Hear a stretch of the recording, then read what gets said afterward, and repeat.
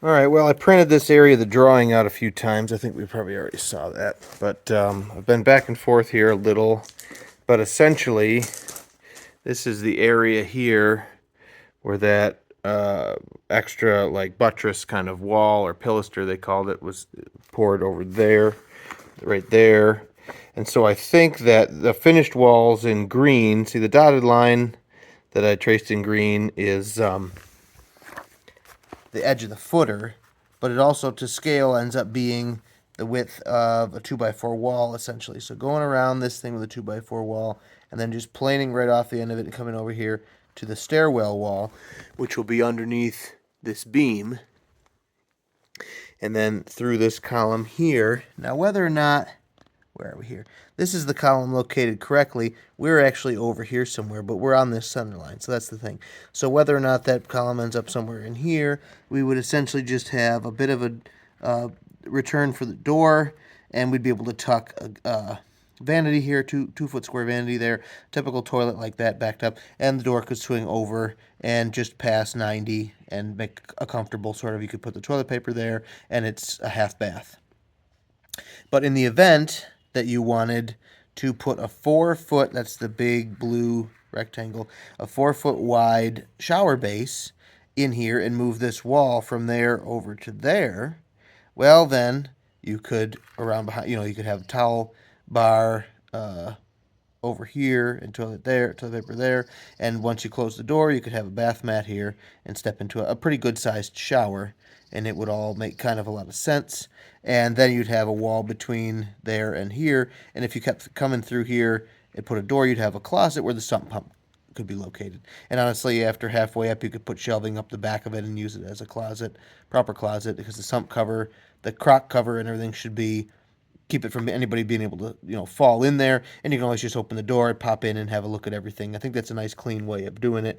And so maybe the room stops here for now, but I'm thinking we'll, in yellow, come over from that first floor toilet, over the concrete wall up there, coming through holes in the joists, and then we'll roll down, or no, maybe we'll go over, over this way, to this side of the beam, and then we'll just go straight down through a notch in the footer and come over here.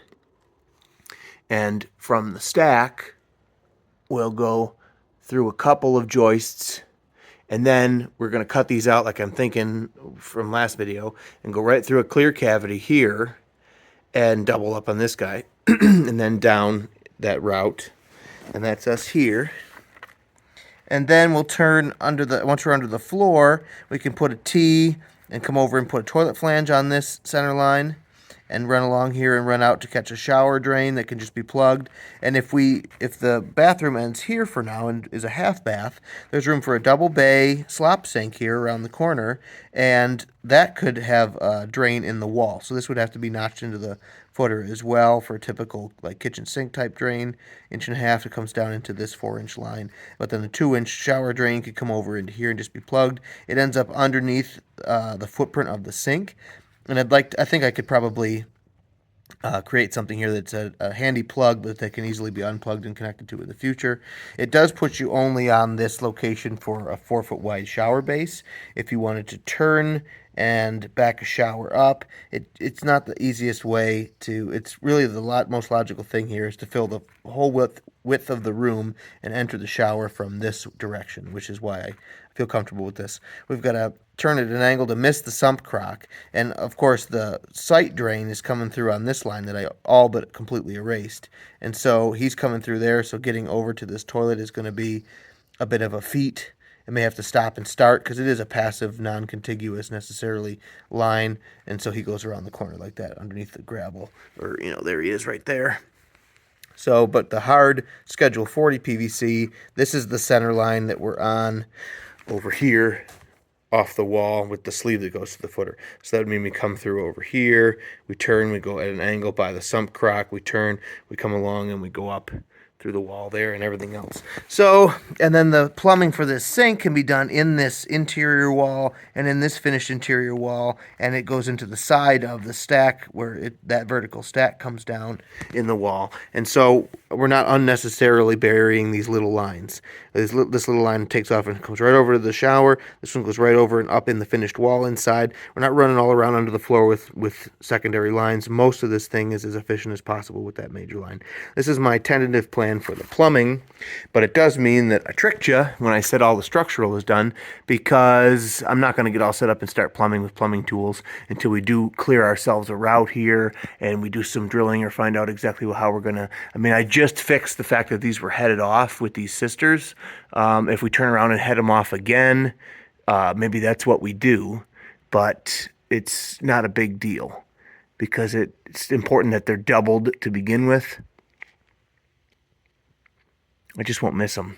I won't miss the fact that we doubled it first and then get this all right for plumbing. So it's just one of those things. Can't get too far ahead of yourself. I'm going to run this by Ed and his wife. And again, the plan is put a half bath down here for utility's sake, get the sink back. Oh, and then over here we'll do the dryer first, see, because the garage wall is here and this is into the garage. But if the current plan for the half bath stops there and we have a slop sink here and a sump, we can start the dryer here and go right up and either through the rim joist or through the concrete wall and be outside with our dryer venting. And then we can do the washer along the wall a little bit farther to the right-hand side. And that washer box and all that stuff and water supply will be in the finished wall, and it'll run right over into here and flush out. And so we'll have a typical laundry connection, unit in the wall there, or alcove thing in the wall there. That doesn't take into account any of the hot water tank or furnace. It kind of makes it so that we will likely do something under the stairs in this area, perhaps just the hot water tank. But if we have room in there for the furnace, we can do that here as well, which would be right here. But we do want to be lined up with this major artery. I want to kick through the legs of this tripod at least 11 to 12 times a visit. It's one of my favorite things. But again, we want to have this arterial location where we can come and go with, bring cold air back and send heat up. So again, that's a place where I'm maintaining that, like I might have thought about heading this off for the sake of plumbing, but you just don't have all that going in your head. I'm trying to keep heating now while I'm plumbing. I'm trying to keep heating in my head to make sure we've got room to do that. But I think that there's a big opportunity underneath the stairway for the hot water tank and the furnace.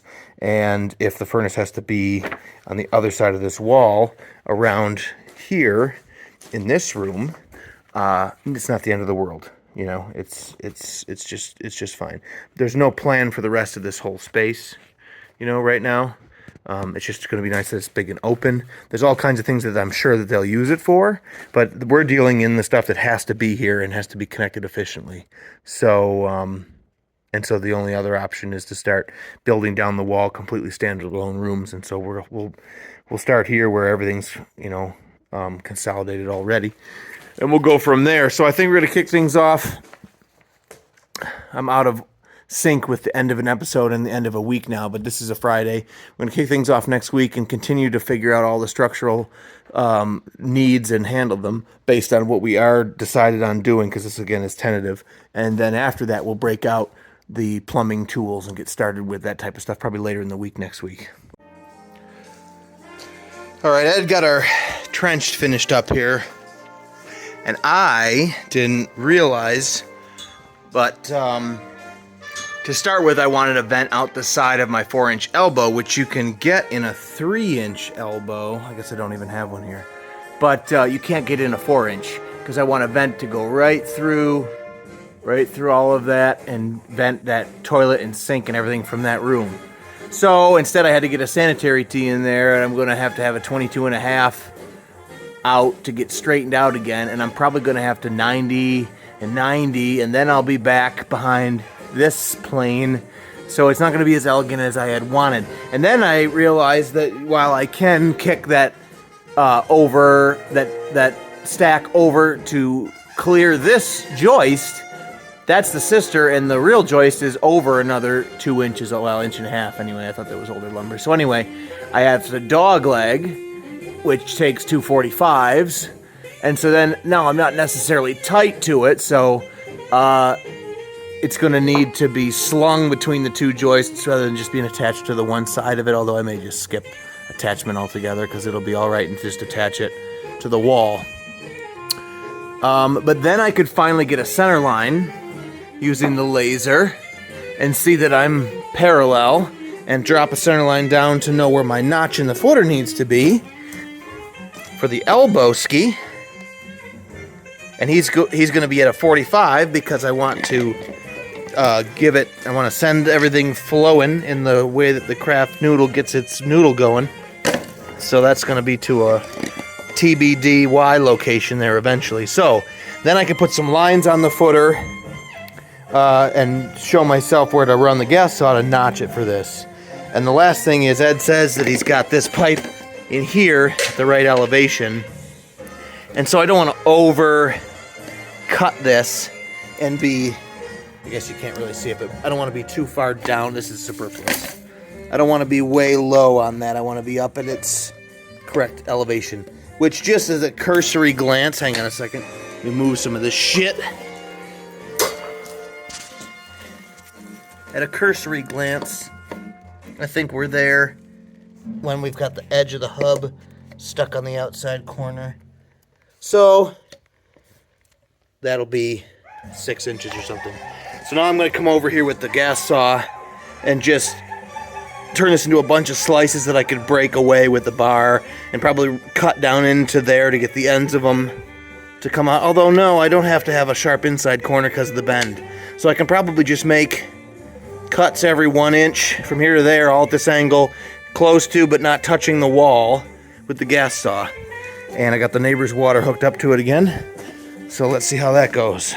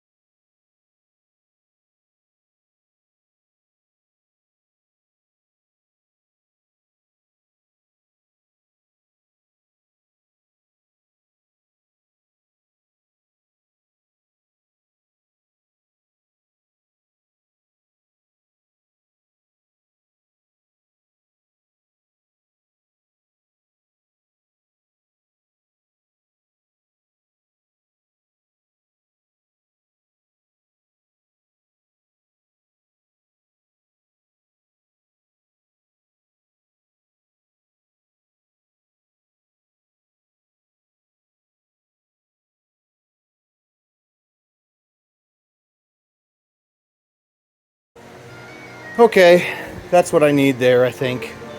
We're still on our center line up here.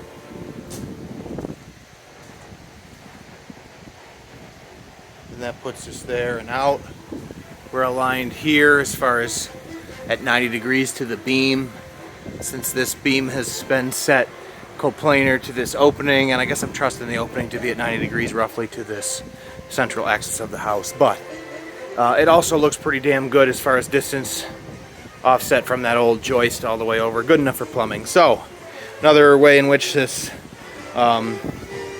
laser comes in real nice without having to crawl around putting lines on stuff, using the plumb, trying to see. So the question becomes, how much to actually connect when you know that you've got what you need. I guess I could basically throw that into there. Those are the only two pieces of 4 inches or 4-inch diameter. Yeah, that's the problem.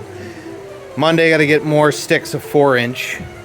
Gonna need better part of 2 here, the rest of it here, 3, and I think, yeah, 3, and then maybe like a 6-foot piece or something like that, one of those shorties. So, let's see how much further I can get here in an hour. I'm not really sure what else I'm gonna do, but that's that notch, and we'll do the same thing over there. Maybe I'll go over there and do that. Yeah, maybe if I could be sure of what I'm doing. I think, like I said, I told you, we got to stay below the joists, and the center line of the toilet is here. Or, I'm sorry, staying behind the finished wall over there puts us on this side of the steel rather than on this side of the steel. So I could go up there and cut that block back. I basically have to get to, I got to come through there. So I got to cut this back enough to come through with a 3-inch diameter elbow and roll down the wall. And then we're going to, I guess, yeah, so that's going to be this guy. And I had hoped to be, back this off. I'd hoped to be in the center line of the joist because that would put this vent center line through all the joists, but it's actually going to be down from there. Yeah, it's going to be coming out there. So the vent's going to have to roll up behind this face of this wall, up again, and then come through the center line of all of these and tie into that there. So less elegant than I had hoped, but I shouldn't have hoped for such elegance, basically. The problem was mine. All right, see what else I get done.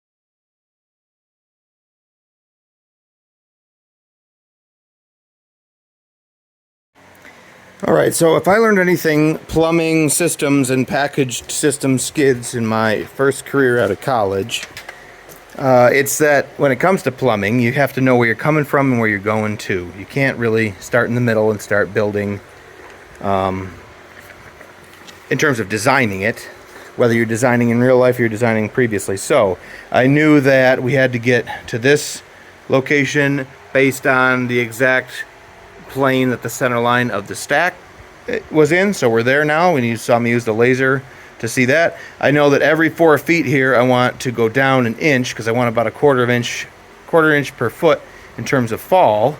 And so one of the first things that I could check is that over here, if the bottom surface of the concrete is going to be flush with the top of the footer. The footer is just a nice reference for all the taller that the top of the pipe can be without cutting up and into the concrete floor. So I started with how does the top surface of the footer compare to the top surface of the sleeve going through the footer, and that's about, and frankly it goes through the footer over there, so you could just straight up measure it. So I could see that I don't actually remember the numbers, but essentially if I'm trying to stay under the top edge of that footer by the time I'm over there, I can just measure what I've got here for meat, not even from the sleeve itself, but from the actual, not from the sleeve, but from the pipe, because it can sit in the bottom, and it's going to help us to be down. We can always go downhill a little faster. It's hard to, you know what I'm saying. So what do we have here? More than 6 inches. So that's 6 times 4. In terms of feet. And if I measured a cursory measure over and around the corner, I knew that we could get that far without coming, too high or having to level off. Which in worst case scenario, as far as I'm concerned, you can just level off, because water's going to seek its own level. And if somewhere down there it starts headed downhill, well, then as long as we are level with the lowest or the highest point before the downhill, then everything will evacuate out.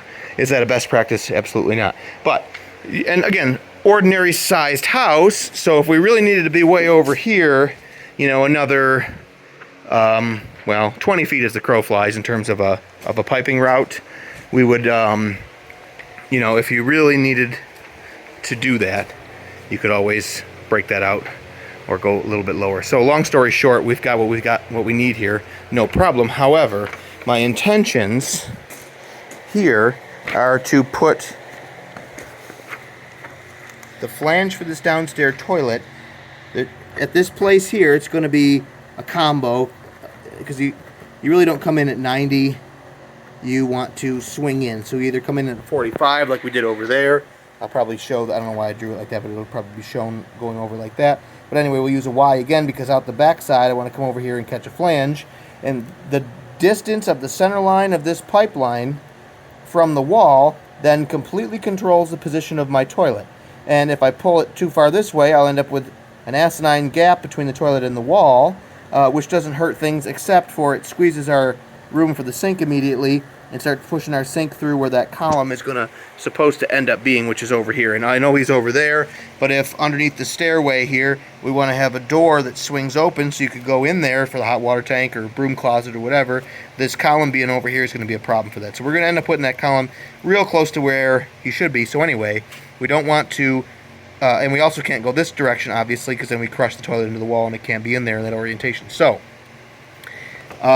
usually you want 12 inches from the finished wall to the center line of a toilet from the back and from the side to be sure that the toilet will fit in a finished space. So I have to kind of stop here, and providing that the footer that's exposed to scale on this drawing is it's shown, it worked out to a 4-inch finished thickness of a 2x4 wall with drywall on it, but it's actually a bit further out, because I can see here by just looking at it that it's more like 6 inches wide. And so anyway, I got to come up with our finished wall, etc., and then 12 inches to the center line of that toilet, which looks like it's going to be here-ish. And so then I'm prepared to kind of locate the 45, which as I move this center line that way, it moves the overall length of this stick becomes shorter because I have to move over, but I have to continue to be lined up with that orifice at a 45. So to just move over, it pushes me out of alignment. So I have to go down and over to get to where I want to go. And so essentially I can't be making this piece and putting these together like I was apt to do just a moment ago by checking that the center line from here to there is the same as the center line from there to there, because I don't want to lose track of the fact that it's locating my toilet for me without putting an ugly jog in that I'm trying not to do. So what you see me do now is stand around and scratch my head, so to speak, with regard to making sure that this pipe route, I'll probably put him in there first, probably overly long, and get him all in there and lock him in with some stone to hold him so that the center line of him is where my toilet should be. And then I can come down here and I could go around the corner to this point maybe, and then I could put this fitting on that center line of that pipe and come and go until I can see that it's going to do. And the 45 is to give us room for our sump crock here, so I don't want to infringe on that. If anything, it could do with being a little bit of a longer stick and giving us more room in the corner to begin with. So all of that needs to get in here, and so then, like I started this segment, you got to know where you're coming from and where you're going to. Once we're coming up into the wall over here, and coming up into the wall over here, and coming up with a toilet flange there, and I'll plug it so we don't get stone in it, then that's where we're going to. And where we're coming from, of course, is the stack and the toilet around the corner in the ceiling. And then, you know, once I get that floor repair screwed in and a hole cut through it and the flange for the toilet dropped into it according to where the toilet belongs upstairs, well, now at 90 degrees in space to everything else, we can start making measurements and cutting components and just tick, tick, tick, tick, tick, tick, tick, tick, tick, tick, tick, connect it up, tick, tick, tick, tick, tick, connect it up. But starting in the wrong place and trying to get, you know, try to start in the middle where it's human sized, you know, to scale right in front of your face up here and make these pieces is not the place to begin. You want to bring the connection points together more and more and start ironing out the pieces in the center, you know, in the middle of the schema. Okay, enough blathering, back to work.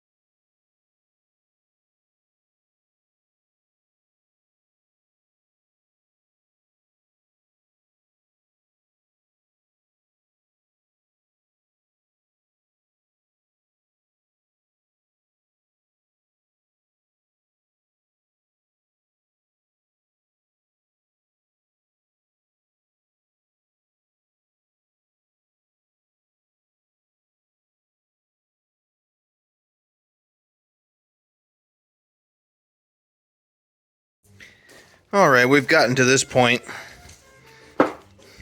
where we're 24 inches on from the face of the concrete to the center line of this leg the whole way, which is a real nice place to be in case anybody needs to get back in here to make any modifications or for any other reason, even when we're laying out the radiant floor.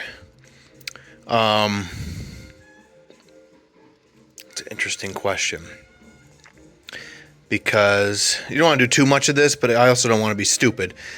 Planning on cutting holes in this concrete to change plumbing in the future, you wouldn't think that you'd have to, because it sounds decadent, oh, just flip it, or, we'll just do something a little different, or that may not necessarily be the case. Sometimes you end up with unforeseen complications, and, if we come in here and put PEX circuitry in this orientation, this whole length is going to be really difficult to open up and service without ruining, without breaking one of those circuits. So, on the other hand, if we choose to put a circuit in back and forth like this, and just maybe skip one, if we're doing it every foot, if we just skip one, so we have a 2-foot section of, missing right over there. And frankly, if that layout stopped here, and then over here we went back and forth in this orientation so that this major sewer line was accessible and could be functional, that to me is well worth doing. Just as a best practice. Because the thing of it is, we're going to include photographs with this project, and what's the other thing that would be? Oh, like a plan, drawing. There'll be an as-built drawing. In the as-built drawing, we can note the plumbing routes on there. And this is where, in my industry, or in doing this, I'm always flying blind, because at the time when almost everything that I work on was constructed, we didn't make records of any of this.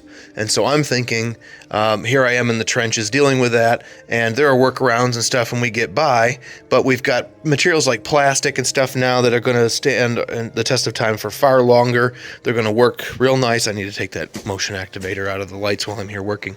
But in that way, since everything's going to be fine for such a long time, I don't want to make stupid decisions that undermine it. So we'll put plumbing in a logical place. We'll make it nice and orderly and organized and straight and perfect to the best of our ability. We'll make a note of it on a drawing, and we'll build around it so that if anybody wants to do something different with it in the future, they kind of have an easier time, at least servicing it. Of course, if you're going to add a T and run over and do something else in the floor, you got your work cut out for you, because you're going to be cutting off all those PEX runs unless you open it up here and where you want to. So there's only so much flexibility that you can have, but we'll maintain that in our peripheral view. Now up here, part of the reason why I can't complete this underground, and that's the thing, is I wanted to get up and through the footer in a couple spots and have the town take a look at what I've done here and see that the other thing is, as far as its center line here being 24 inches from the wall, this is 18 from the wall. And if you, every 4 feet roughly by eye, if you take an elevation, we're going downhill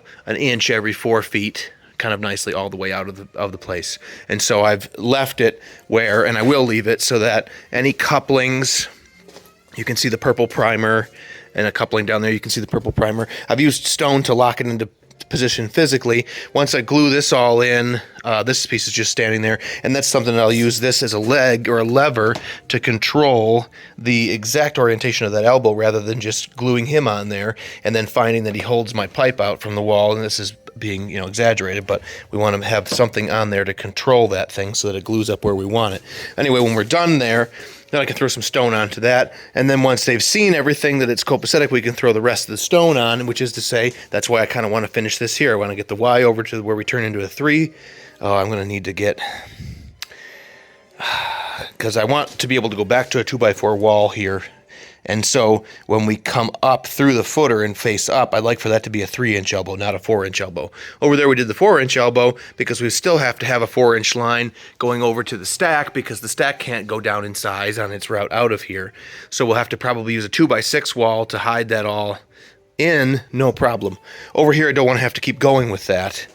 So we're going to have to get a reducer, which I neglected to get. However, as well as where exactly to put this at this component can't be placed, so I can't choose the length to cut and install here. I have to be able to come and go here, because I need to be able to come and go, even though it's always at a 45, it's going to move left and right just as that piece moves left and right, to line up vertically with wherever I come through from that toilet over here. Long story short again, so I kind of have to get this problem solved. And so I had thought I could do 90 over, 90 down, 90 to go that way, but then I'm coming through concrete at that point, and I'm headed for the beam. Although I hadn't really considered whether or not, see, there's so many different ways to solve this stupid toilet issue. Because once you come through the concrete, you might be able to squeeze through the notch.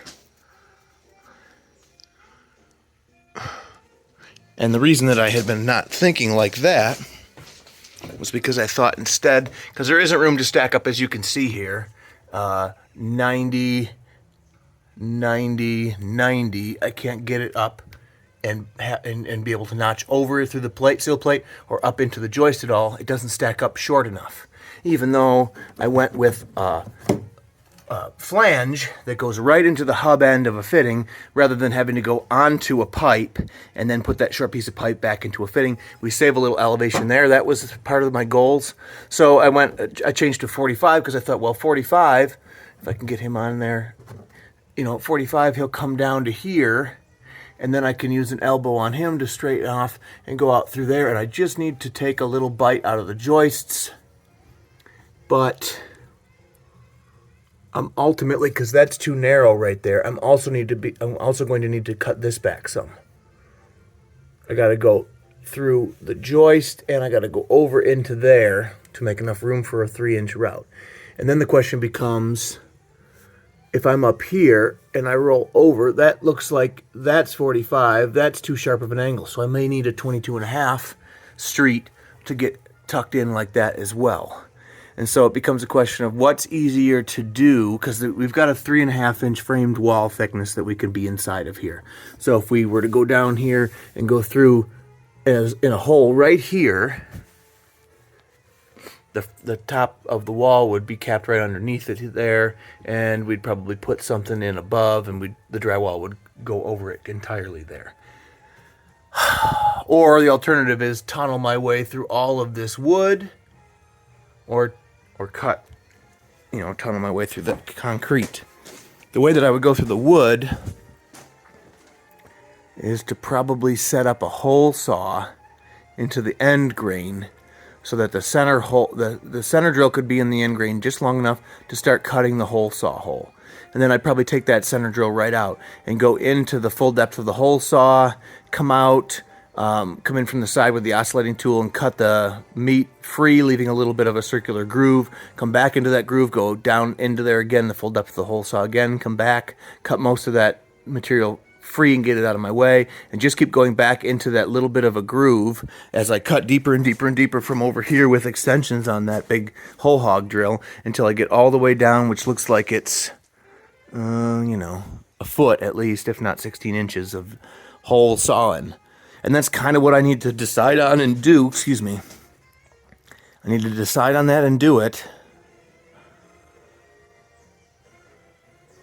To come up with my exact location so that I can get the laser plumb and put my actual, that's the tentative line there, but it's somewhere here to commit the elbow to it. Then I can cut the notch in and I can get built through the floor system here and over to this toilet, which I know I want on that center line. And I know I want the flange there. But the piece to make from here to here also remains to be seen, because the piece from here to there remains to be seen.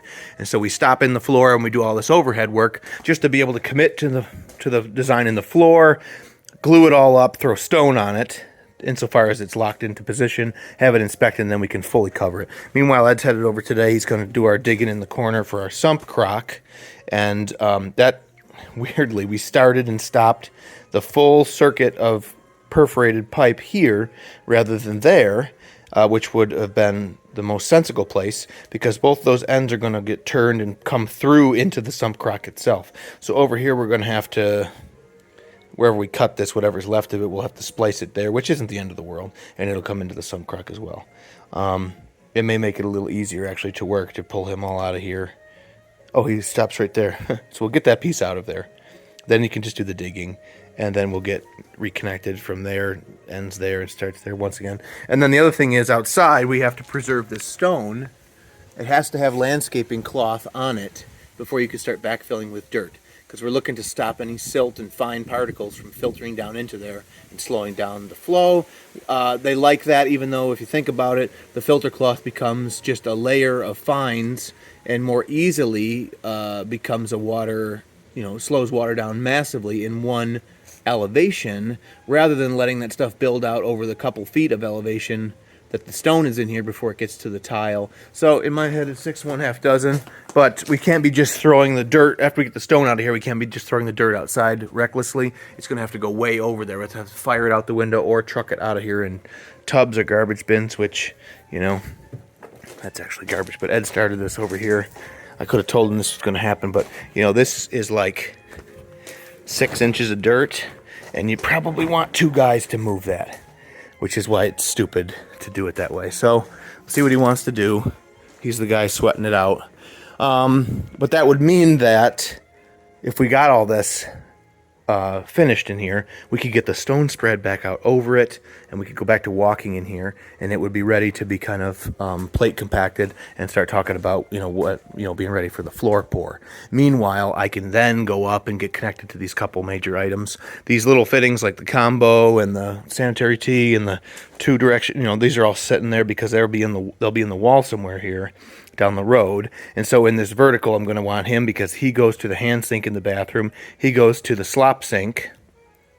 This elbow up there runs a vent over to the stack, so the toilet flush is vented just a few feet downstream rather than too far away, which is here it counts. So that's, whatever, 3, 10, 25, 30 feet away is too far away for a vent for a toilet. And they never had one before, but that was all grandfathered. Now that we're rebuilding it, we got to get things correct. Over here, we've got one of these this will probably go in low and go over to this alcove in the wall for the washing machine. And this other one will be in up here somewhere to go over and catch the kitchen sink. And so they have to be appropriately located in that vertical when I build it. And then we'll probably hold off on, obviously can't route anything from or to them until we've got framing in here. So that'll slow us down on finishing the piping. However, to send something down the toilet over here, down not the kitchen sink, I suppose, but this toilet upstairs, the shower, sink, anything from upstairs would go all the way out and lay out in the hole. That would mean that, we're built correctly and complete to that point. And then I'm still looking on that Mini X. It's going to be about $900 for 2 days with the delivery fee. And I'd rather have some flexibility rather than racing the clock one day to get all the digging done that I wanted to do. Because inevitably I'll have to step away and go get something that I need, which takes hours out of the rental from being productive, because that's just me. Anyway, that's the state of plumbing. So let's see if we can't keep chipping away. Here's another little consideration. This is official. Within 1/3 of the overall length of a joist, I may notch it as wide as 1/3 of the joist's height and as deeply as 1/6 of its height. So given a 7.5 actual, I can be 2.5 inches wide and I can be 1.25 inches deep. So then I got to come over here with a tape measure, and I got to see that, in fact, now that I've started with a hole saw selected to be of a size, not enough hands, so I want enough room for a 3-inch route, but I wanted the hub enough room if this is a 3-inch fitting, not this diameter, but this diameter. So I literally put the hole saw over the hub end of a 3-inch fitting, and it's just a whisper larger to try and mitigate extra. You want, ideally you'd have even more than I've got for room in there, because for alignment reasons, the exact center line of my drilling operation may not be the exact center line that I want to take with the plumbing route, just because of reasons, because of, I can't control it so that tightly anyway. So I may be locked into a place where I have to open this thing up further. However, I'm trying to minimize how deeply I cut. So if this is my center line and this is an indication of the circle, I'm going to go in and see if I can't kiss or just make a groove in there. It looks to me already like we're going to be, it's unlikely that we're going to keep it under 2.5 inches wide is the problem. And that's, you know, on the it's on the concrete already. You know, I can't go any lower to make a narrower pocket. Which really makes for a scenario here of what do. Oh, man. Okay, I may have to call in somebody from the town to look right at this situation. Here's what I'm thinking kind of immediately.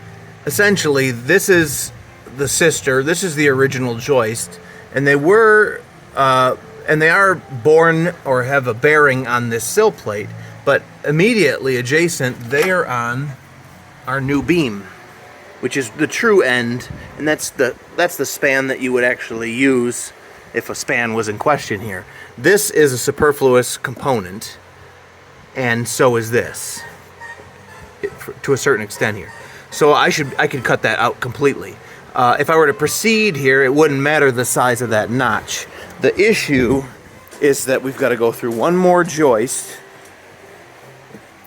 Once we're through there, we've got to go through this. However, we have sistered it. So immediately, I may be able to take a bigger bite out of this because it's twice as wide. So I'm just going to call and confirm that with the town. The thing is, it's really difficult to add material back. And I'm good almost completely plumbing and electrical in a residential setting, in designing it and constructing it and passing inspection, other than once in a while there's a small little thing that can be changed. But in removing something like that, my first thought here had been that I just needed to take part of the steel flange, I may have even discussed that, and part of the top plate, putting this back onto there as a bearing, but then being able to come through this area here. But I can see now that I'm looking right at the actual diameter that I need to pass a hub through. I had been looking at something thinking this is about 3, but you really need more like almost 4 inches. And then I'm biting this and it has no bearing, and we're trying to drill over there with steel in the way. So best case scenario, let's leave the steel in place and just double check that we can take a bigger bite out of a member that's twice as thick as originally. Because all that sketching, all that drawing shows is based on one piece of dimensional lumber, common. So this is providing this is 1.5 inches thick. So all right, well, I will be allowed to do this because, again, this is a little under 4 inches wide and about 1 inch tall. But here it doesn't matter, but over there we're talking about going through 2 layers. So the building department, building inspector, she said that'll be just fine, as far as she's concerned. If I was going through many of them, it might have been a different story. So this is how I'll do it. I drill as deeply as I could go with the hole saw before I bottomed out against actually the tallest feature, which is here. Then I can set up my oscillating tool with a carbide teeth, brand new blade, and I can just reach over and I can cut through and that fell away, and I could cut through this and that fell away, and then we'll, using the same center line or using the outer diameter for registration, we'll just continue to push, and I can add extensions here, and we'll just keep going until we bottom out, and then eventually I'll go to the other side and start working to cut those pieces free, and we'll go right on down as far as we need to go to get that 3-inch elbow in to swing it toward us, and then we can finish up that. I'd like to at least dry fit all that stuff to here. And I did shoot the laser based on this center line and plot out my notch already, but so long as it's complete and can be constructed, then I'll feel better about cutting that concrete out.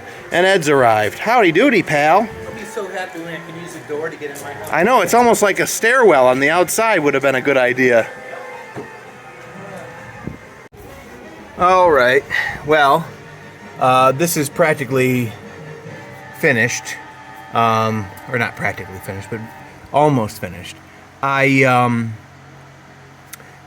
went in 2 or 3 times with the hole saw and established the curve, but then I started thinking, you know, it would be real easy to cut down tangent here with the Sawzall with a nice long, sharp, fresh blade. Obviously I have to avoid hitting the concrete, which I essentially did all but back here. You can kind of feel it. The more you run that stuff, the better it gets. But So I sawzalled straight down as far as that would reach. And then I cut across the end of that. I just went up here and felt for where the cut kind of ended. And then I just came in and sawzalled down, here until that piece fell away. And then I came over here and used this to cut about that deep straight down with the sawzall again. And so these pieces, I started thinking the grain is going kind of in the direction that I need it to. So I put the cat's paw under the old sill and it just went and just popped off essentially flush with my cut. The newer sill was a little bit more of a pain. It's wetter, and so it did tear where I wanted, but it had some fibers that were still connected. So I just went in and kissed those with the oscillating tool right here, and they, right there, and they're free now. So we've just got to be over here. So I will probably cut in again here, making these two pieces simply connected at the back.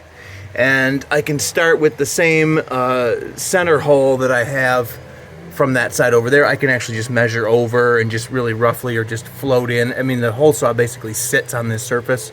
Oh, and it touches this surface. So if I just come in and go over and stop with the hole saw and I'm sitting down and I let the center drill start again, I'll be kind of on the same center line. And then I can move my way through doing the arch cut in the joist, which is what I'm using the hole saw to do. And once I'm out the other side of it, between having cut that much and cut this over here, I could probably, I'm going to be stuck. Oh no, I can kick that piece out.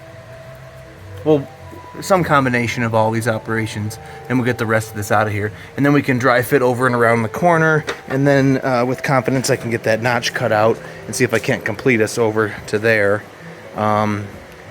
Unfortunately, Ed's going to have to do his sump crock digging after the sewer line is complete, but that's just how the cookie crumbles. And then I've got a structural thing to handle over here, and I can button up that structural video, which will be released before this, because we are into plumbing now, and I think we're going to stay in plumbing, whether it's inside or out, until we wrap up that video series, this video series. Getting kind of meta here. All right, keeping it moving. Keep her moving.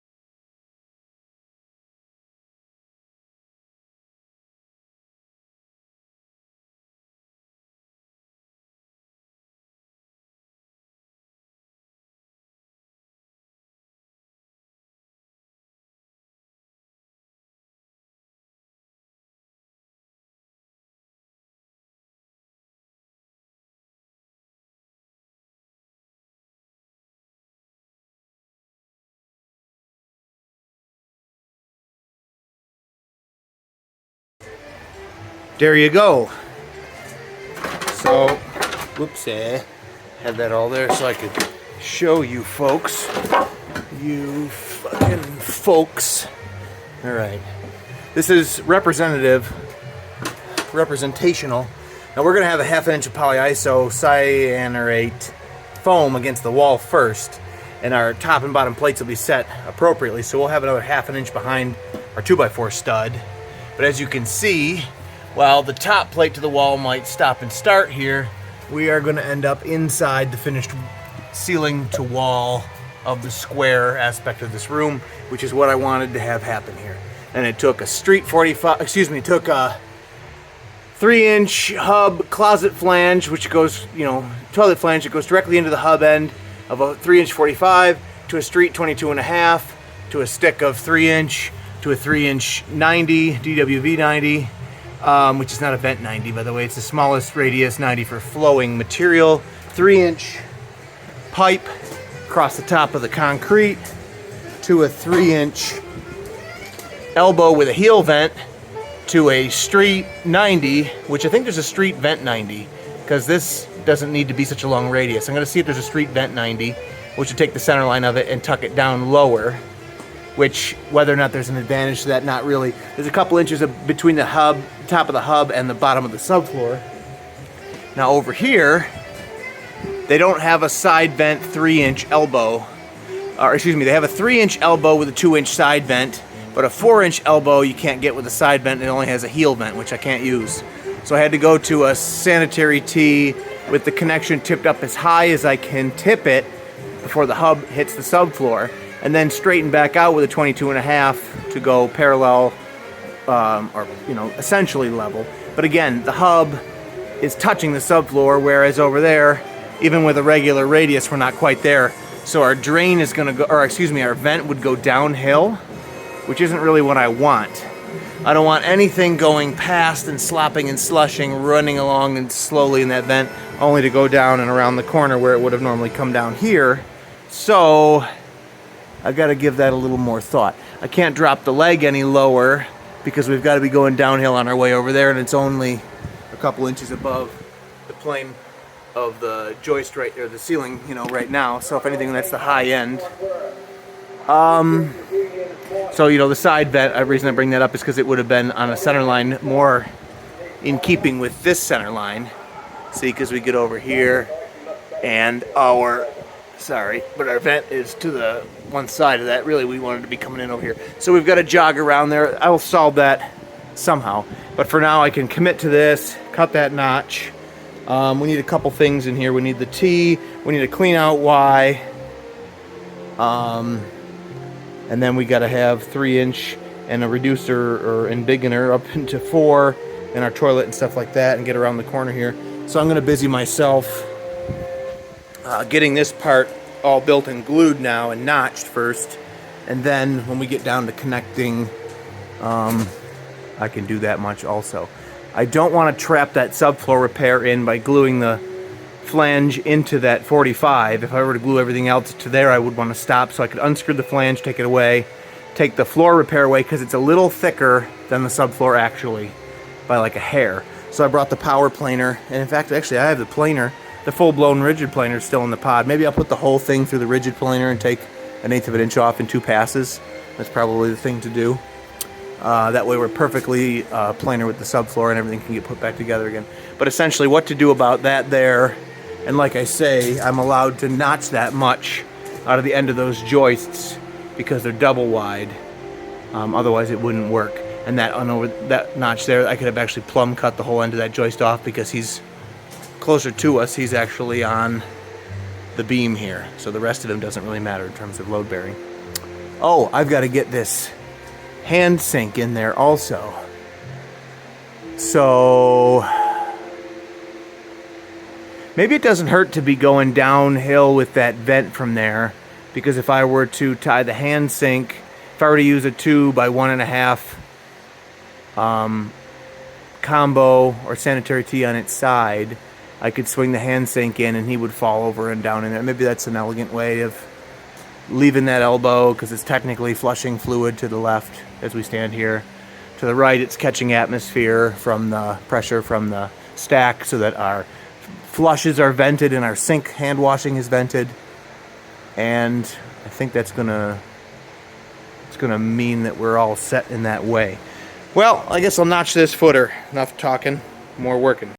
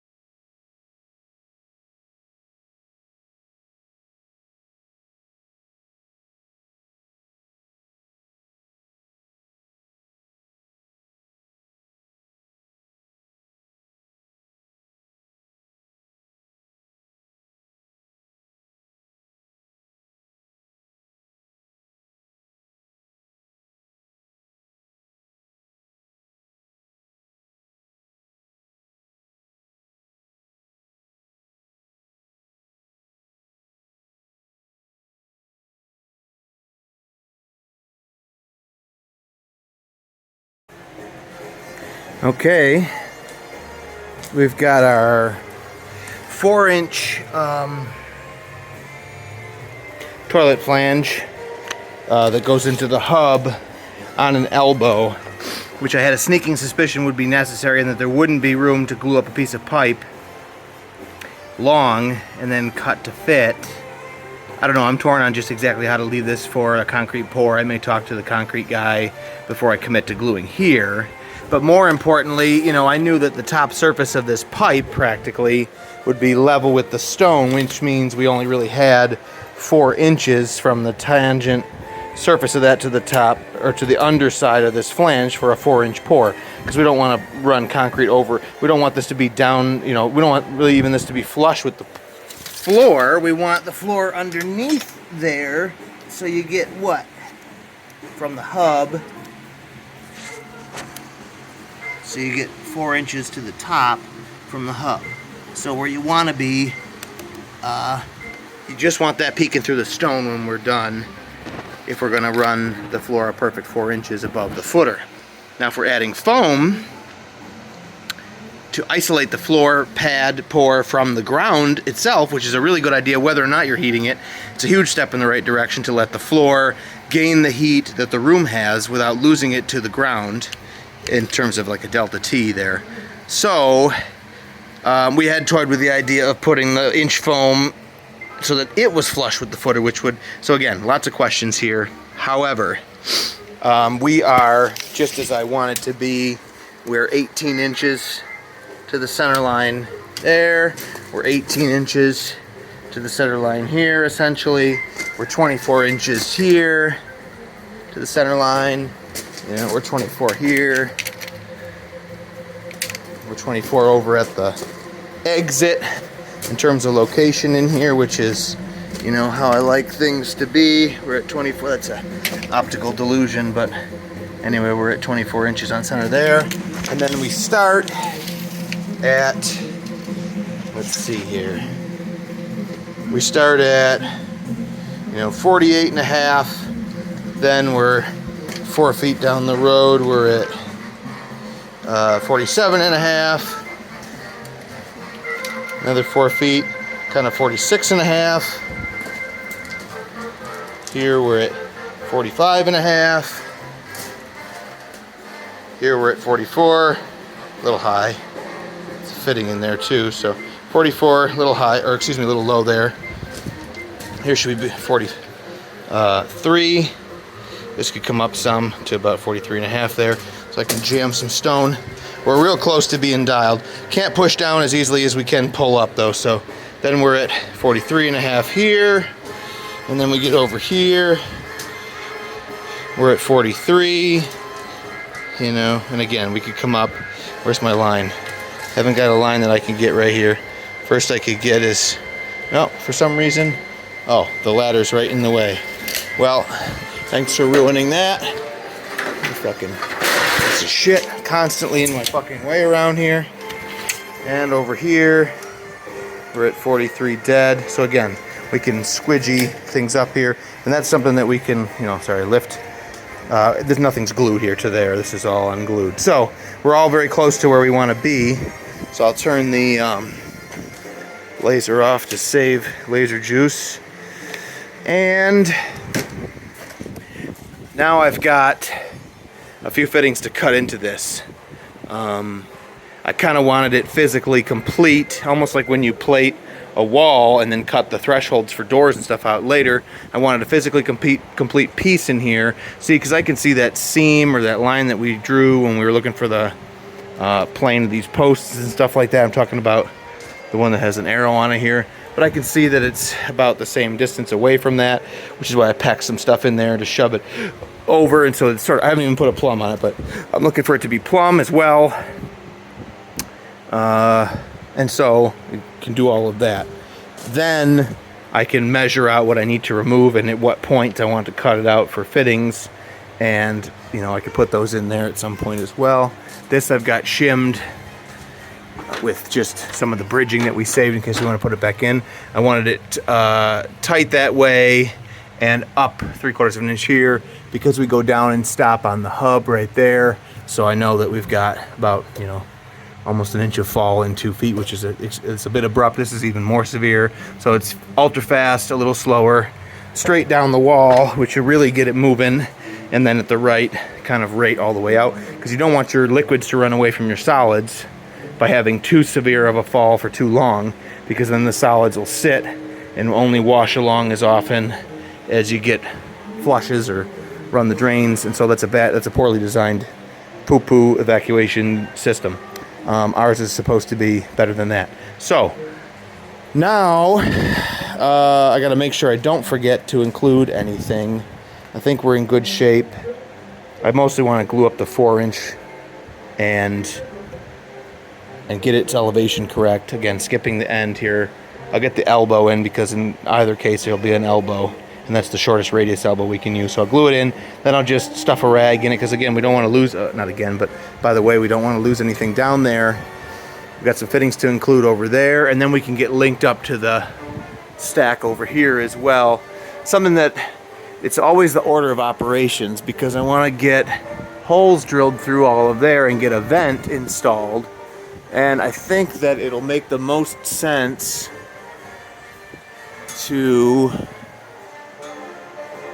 it might be good to just cut 1, 2, 3 existing joist tips that are doing nothing back and out of the way, because then I can send the full stick up and through just a couple holes and plug him in over there. Because trying to smash it and thread it, that's always the problem with trying to get through a hole. You need it to start. I've even, in some cases, if I was closer and wanted a long stretch through all of these, I'd drill the last few to outside or wherever, and then send a straight stick in and then just fill those or put the holes back in with some great stuff foam or something like that. But that's not something we're going to do here. So the question now becomes what to glue into sub-assemblies, and then making sure that our sub-assemblies, when it comes time to glue them together, that we're not screwed up in terms of length and trying to get things to fit together while maintaining a downhill fall and not yanking things all over in the stone and pulling up and having stone fall underneath, and then it's too high and then you got to dig out from underneath it. Let's try to avoid all of that stuff. So let's see how that goes. Okay, and then the question becomes where to put the clean out and tie in the drains for the slop sink that's over here. And when we go over and over here to the hand sink that's next to the toilet, you know, that's what this fitting is here. Now in the case of the kitchen sink upstairs, that can tie in either at the top and will come right into the wall and over, or I may fall down in the floor and over, depending on whether or not I can get in over there. But more importantly, I put the laser that just happens to be 5 inches. The elevation of that laser line to the bottom of the machine itself is 5 inches. So that's in the case that we put an inch of foam on top of the footer and then pour a 4-inch floor. So there's some looseness here because we may come down an inch from there. Regardless, you need to be 16 to 18 inches from the floor with a rough-in opening for any sink to pass the plumbing inspection. So say this is where the floor is here. Then between 16 and 18, which is about my marks there on the wall, is where the orifice where the adapter nut and the P-trap are going to go into it. Now, from there over to that over there, we have to go down about 1/4 inch, a foot or so. Same thing over here. We've got, in reverse, we could go up to the corner wall here and then up a little bit more to the orifice that's above the floor for the sink that's here, again, next to the toilet in the bathroom. And so, if you aren't seeing it in real life, this is the case here. We've got that toilet in place, right? So we've got the toilet flange here, and here's where the actual concrete ends right there, right? And here's where our stack is that is going to go over and over this way. I actually ended up at a 45-degree angle here. However, we've got to go over this much and then over that much again, which if you straighten that out, it's like 2 by 3, and this is 7 feet away roughly where the double sink is going to be plumbed in the wall over here. So it's roughly the same distance away, within a foot or two. The shower is a different story. We'll look at that secondarily. Anyway, I want this fitting a couple of inches below where we need to be when we get there from the drains in the wall. So I put the same 16, 18 inch marks here, and it looks like we've got to come down a couple inches from there, so that when these pieces come in, see that? We're between the black lines there on the wall. So we got to drop a couple inches so that that's the elevation that these openings can be, and they're headed downhill over into this thing. And that, and the thing is, I've dry fit these, so I probably could gain an inch if I smashed them all down together tightly, but it's that much more of a pain in the ass to get them apart to do the gluing, which is kind of the pain in the butt of part of the dry fitment. I want to see everything, but I don't want to smash it together so tightly, or as tightly as it will be when it's glued. The glue lubricates it, and they actually sit together far easier than when it's just sort of dirt, grit, dry. And you certainly don't want to use the primer, purple or otherwise, before you do a dry fit, because the primer actually melts and solvents cleans the surface. And if you, especially if you pack things tightly together to dry fit them once they've been primed, you're never getting that back apart. Or at least it's a war, so be aware of that. I do my dry fitting before I even prime everything. So a lot of people may have said to me before, if they're watching me, why don't you just sit down and prime everything? Some of it may go back to the store. It needs to be dry fit, so there's several reasons why I don't just prime everything until I'm getting down to gluing, because you can't take anything back once it's got purple primer on it. And I like the purple primer. It's not necessary for inspection purposes. A lot of people might say that, but let me just say this. I can tell that I've primed and glued everything to that point. I like the purple primer for myself because I do not want to sweat whether or not I've actually glued anything. And if you're a pro or something and you just know and you do it all the time, that's one thing. But I'm pretty good, but a little insurance policy is that if I can see the purple peeking out, I know that it's at least glued up with the primer, which again, I don't make that mistake of putting it together with that. So if it's got purple showing, it's been glued. And a lot of times that's what inspectors and stuff like to see too, just to be sure. All right, back to work.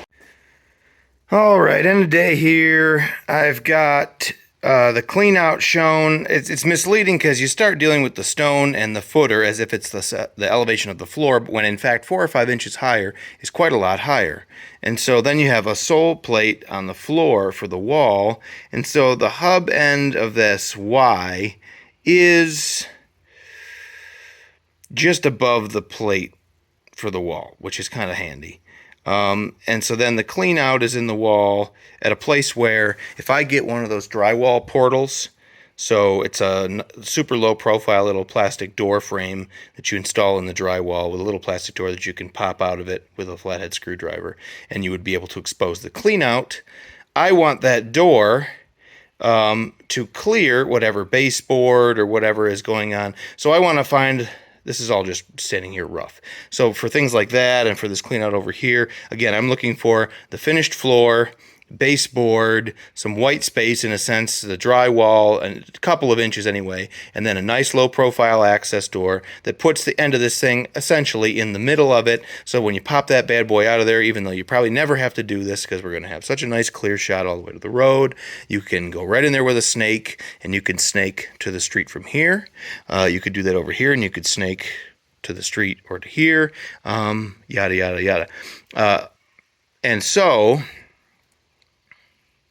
that may mean that where the washing machine, so the washing machine connection is a 2-inch, has to come over, has to have a trap in it, and then it has to have a riser, and the top of that riser has to be a minimum height above the floor that the machine is installed on, so we're not barfing water out at a rate or at a point where the level fills up and comes out of that thing.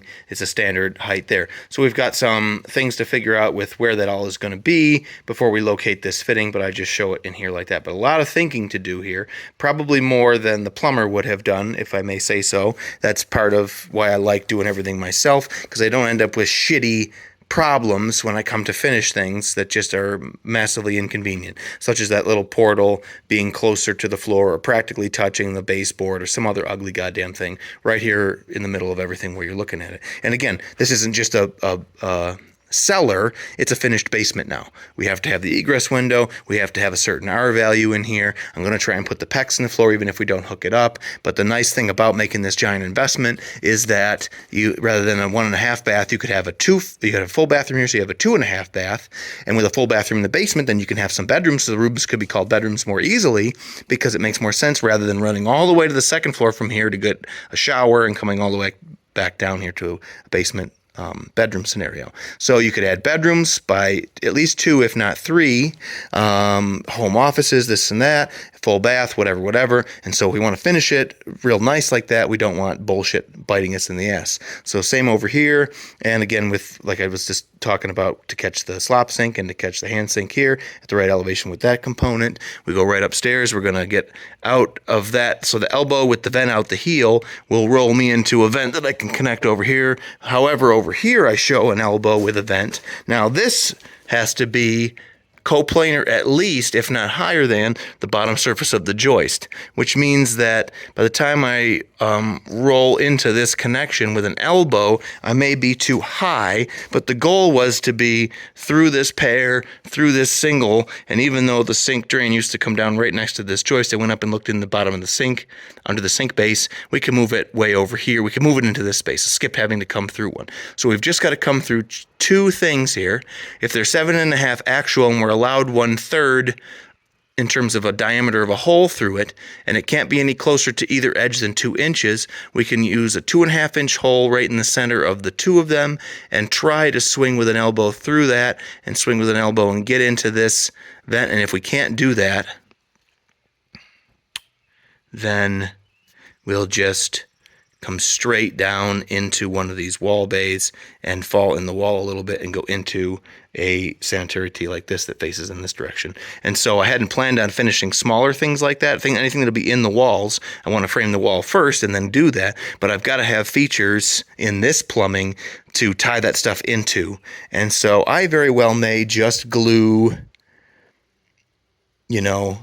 up to the first piece of pipe coming up from the elbows and leave everything else on it dry, just sitting there, and leave it like that for now until the floor is poured, because everything will be correct and I'll be committed.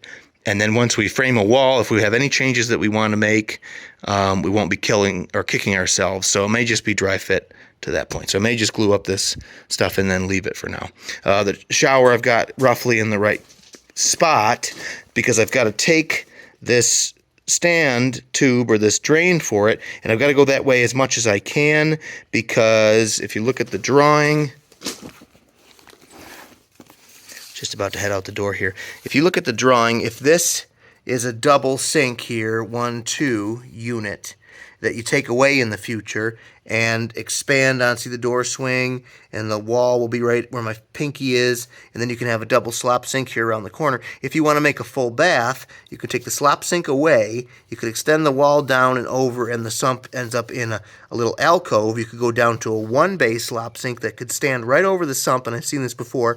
Plastic cover on the sump, flush with the concrete floor, 4 legs of the slop sink right above it. You can crawl through underneath there if you need to get into the sump scenario. Worst case scenario, you can disconnect the trap and walk the whole slop sink away to work in the sump, which you should never have to do. Down here we have pretty good conditions here. But then I show a 4 foot by 2 foot or 4 foot by 32 inch shower base, which makes a full nice big shower base, and that puts the shower drain at 2 feet from the finished framed wall, which is 28 inches from the finished from the concrete wall, which is where I've got to line this up, right? But I show that at 7 feet from the end of the concrete to there. And that's so that we have room here for this door to have molding and there to be drywall before we're at the edges of the shower. And the door kind of starts at minimum what you need here. If the face of underneath the stairs has a door going into it as a closet, you kind of need a bulkhead. You need some kind of a wall return there for the door jamb. You don't want it just flush. So everything's been squeezed here as much as I can. And so if you move that drain this way anymore, you start squeezing all this crap. I really want as much room as I can get that way. However, I want to tie in at 45 degrees, the way that this stuff comes in at 45 degrees to promote flow. And so a tight 4x2Y that comes out at a 45-degree angle and grabs this part of the trap, means that I can't really, to stay on this line, I'm going to move over. It's a finite length, basically. It puts me 2 inches, basically, that way from where I had hoped to be. And so that's all the more that I can really do. Best case scenario is I could, or even better, I could crank this over to 90, which would allow me to pull this unit this way and go into this in a sanitary tee scenario. But you're not allowed to lay a sanitary tee down on its back and come in from the side. You really need, if you're entering horizontally, you kind of need to flow. I'm going to have to double check everything, all in an effort to move this pipe that comes out as far that way as I can get, so that our room doesn't get overly cramped. And nobody's probably ever going to see this, but when you come to put that shower in, I don't want somebody to be screwed by the fact that it's too close to the door jamb and whatever here. And if you notice, it should come up just inside or just at the front of a typical slop sink.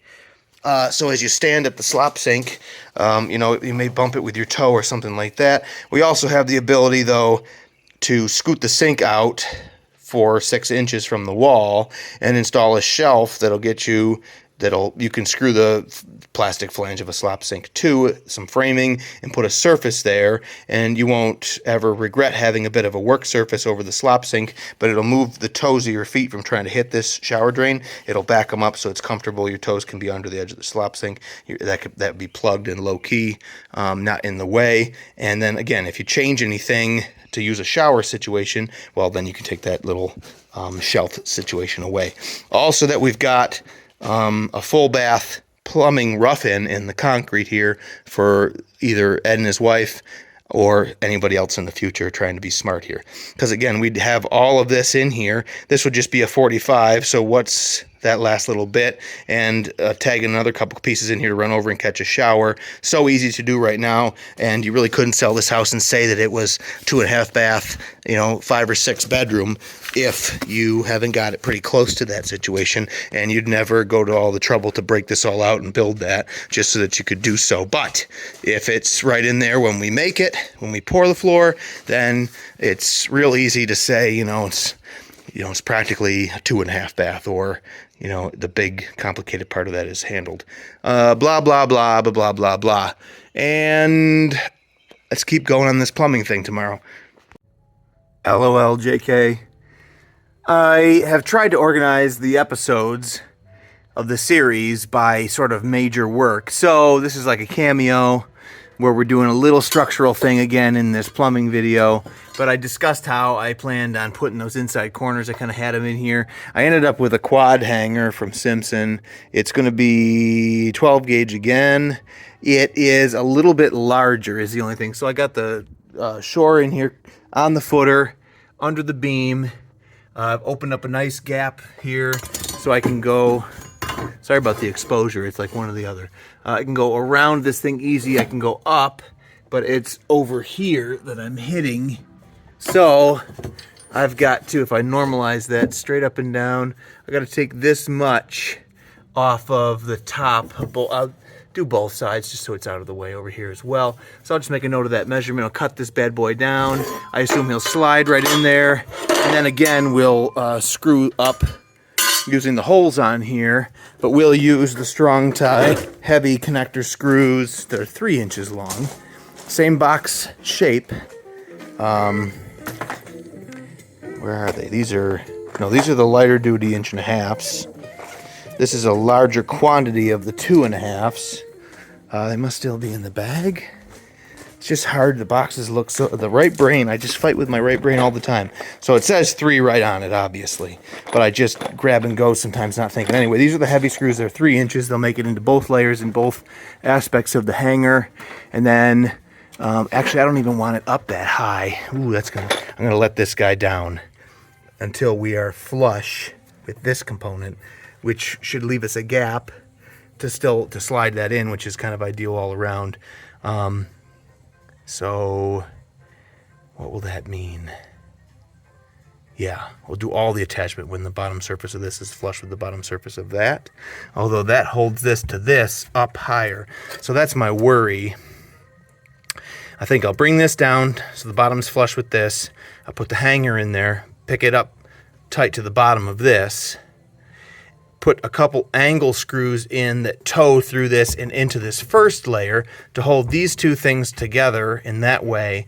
But then I'll fully back this off and let the whole situation come down, which will bring this, keep this and this coplanar, but bring the assembly down the face of this until this gap closes tightly here, and then finish attaching straight on through here right into that existing rim, so that in the end everything's attached physically in the correct place, rather than buckling it all together here with this kind of offset and that kind of fuckery, basically. All right, and then we'll get back to plumbing.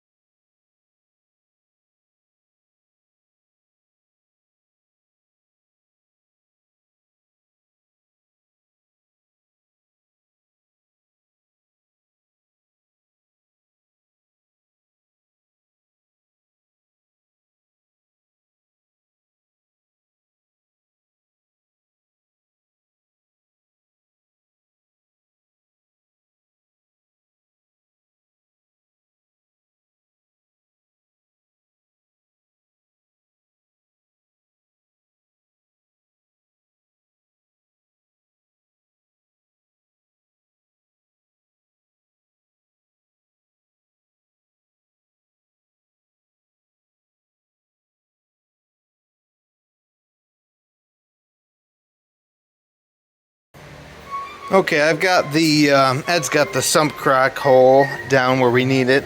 I got a reducing Y from 4 to 2 and the trap for the shower kind of placed there. But I'm also looking at what to do about venting from that vented elbow for the toilet. I want to get through all of this and tied in to vent that. But also on this leg, I've got to catch that sink, which is where? Right there. So we can come right over here, 1.5 inch sink drain, 2-inch line. So I got a reducing sanitary tee, which I'm realizing now, and this is what you want to be careful of. You can't use a sanitary tee on its back like that. They're really designed for the fluid to roll over from a horizontal and go down. They're designed to be installed vertically, regardless of whether they're reducing or not. This is really how, and there's one over there. Okay, and here's a pair of them in a cross here. So the fluid can flow along and immediately roll down a short radius and fall away.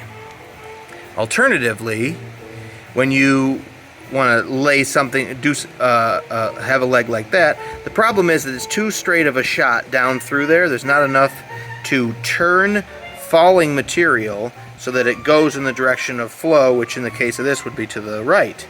It can fall straight down, and then it can splash back and head upstream to a certain extent, which is why they may not be used on their back. They're really for vertical. Now, as far as not on their back, but laying down so that the leg comes in from the side and stuff can flow in horizontally and apparently turn the corner. It's still not how you want to route something that's horizontal. We use a Y, and see the difference here. And I'm not a plumber, but I've plumbed some stuff. So, you know, so in a Y, it's obviously at a 45-degree angle, so you can put a 45 in the end of a Y, and you're back to 90 degrees. But it still brings stuff in and forces it in that direction, far more so than something like this. And again, on its back, you use a Y as well, because the Y has a 45-degree angle, and material, as it comes down, it goes through that 45-degree angle, and it's sent directly to the right there. It really routes it on its way. So in a horizontal, adding flow in the right direction to the side and facing up, you would use a Y, and jump and rolling over into a vertical, you would use a sanitary T. Now up here, we get into a combination fitting. So disregarding the 45 here, which we'll cover in a second, this is a combo. It's reducing, but it's a combo in that it's a 4-inch and 2-inch Y to there, and then built right into it is a 45-degree that gets you at 90 to the axis here again, all built in.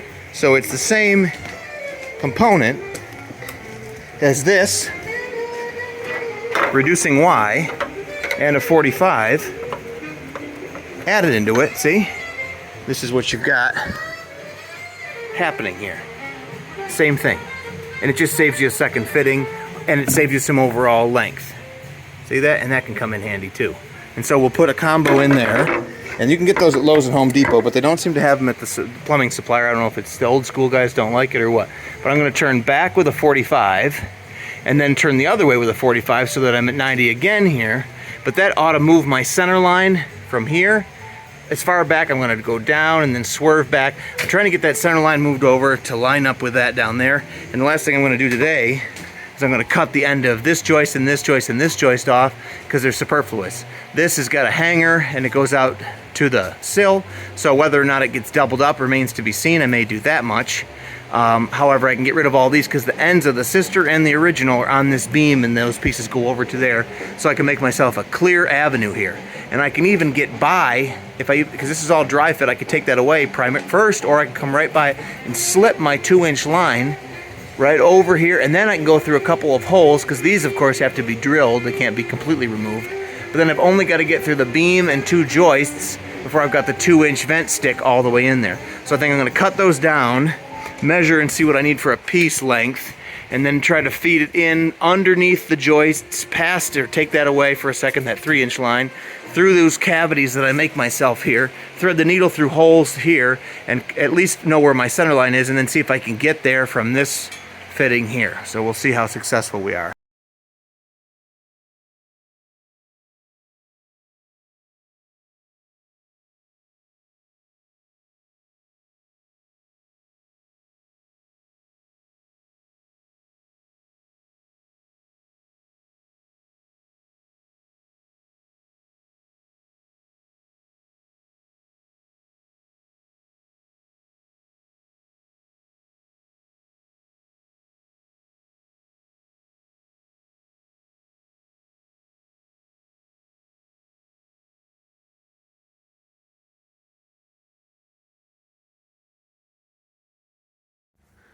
Okay, I got those cut back out of there, and just so that we're all on the same page, if I turn around,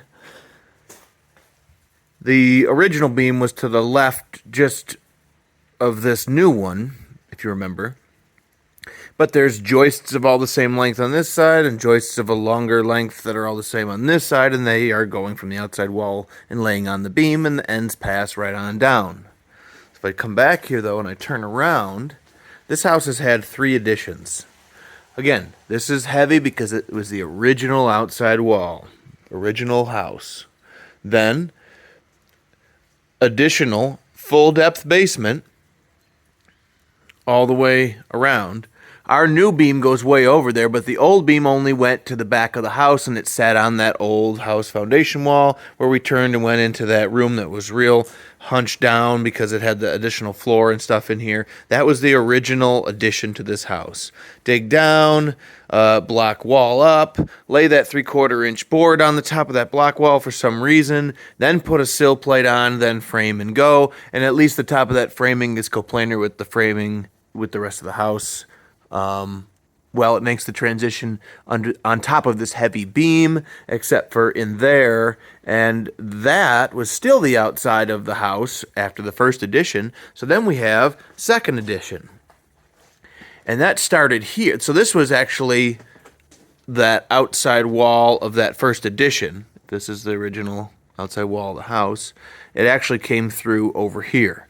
And then the old foundation wall was here, and that's where the old beam ended, and it was actually broken all out to the side of it. However, this is the old rim joist to this first addition's outside wall. And so when they came in here, these people wanted to put the joists going in the same direction, but they weren't comfortable cutting out that rim joist to throw the ends of these joists up onto that foundation wall to just sit there. They just used it as a ledger and attached these. So for a lot of reasons, that's nice because it leaves the floor system on the original house sealed off, and it gives you something to nail to, and you haven't got to stuff wood all in there. But another thing you can think about is they didn't have a Sawzall.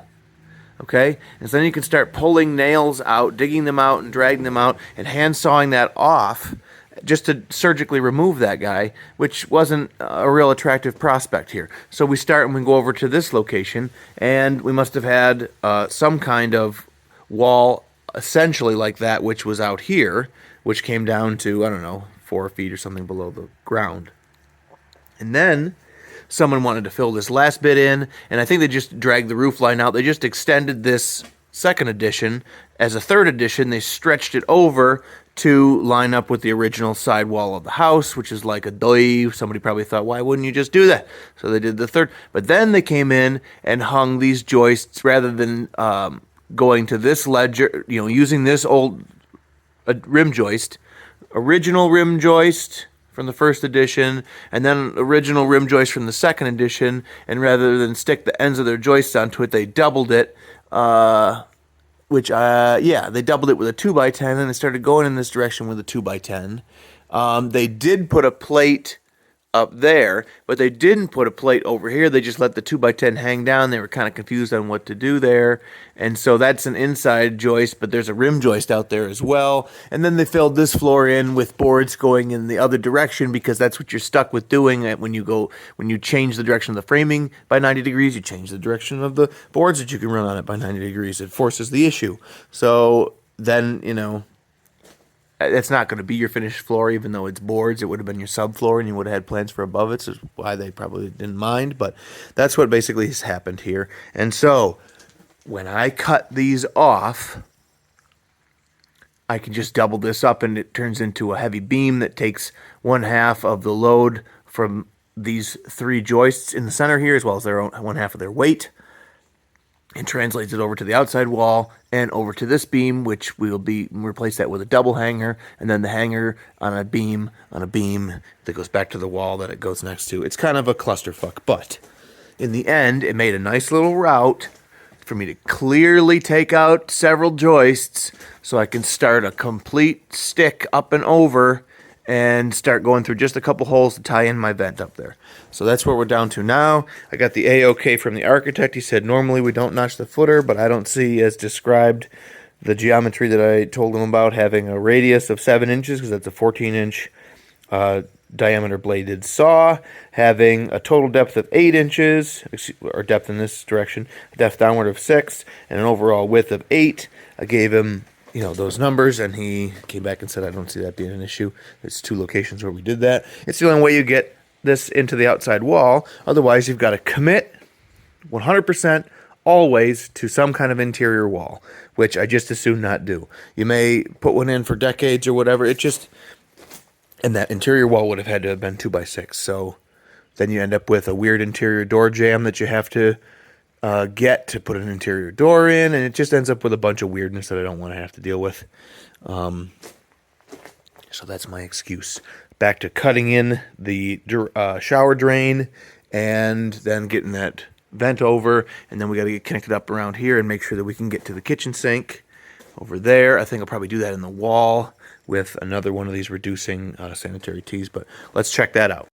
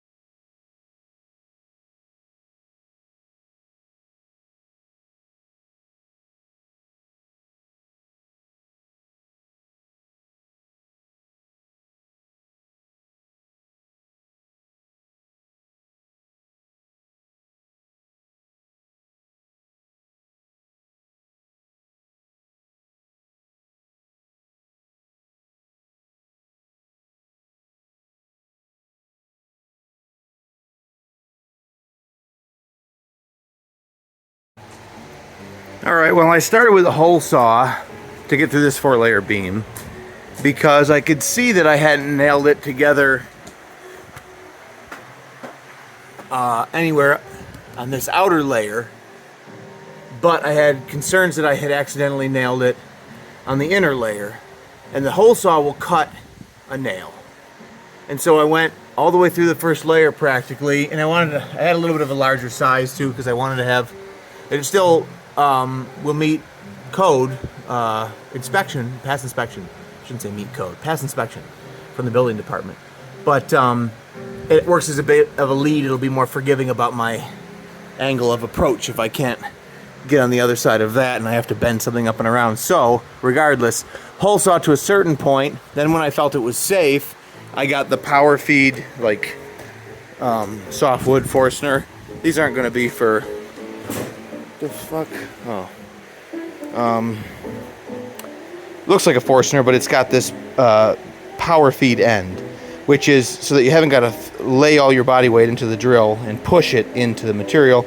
It'll drag its way in with that thread and cut as it goes. But as you can see, I think you can see, I found, oh, what, did the blade fall out? Oh no, it's on the other side. Derp. That's not a blade. This is the blade. It's hard to see sometimes through the camera. Anyway, this is replaceable. You, I think it is. It just slides in there. There's a set screw that holds it somewhere, somehow. Oh, maybe there? No, that's for the power bit. Anyway, this is a replaceable blade. I have some replaceable ones. Hit nails. Now, they weren't out here at the outside diameter, and so rather than setting up with a hole saw, try to be this diameter or that diameter based off of this center, and cut those nails out so I can go back to using this. So anyway, you wouldn't use this in a fine woodworking application because it'll pull you in, especially not in the drill press.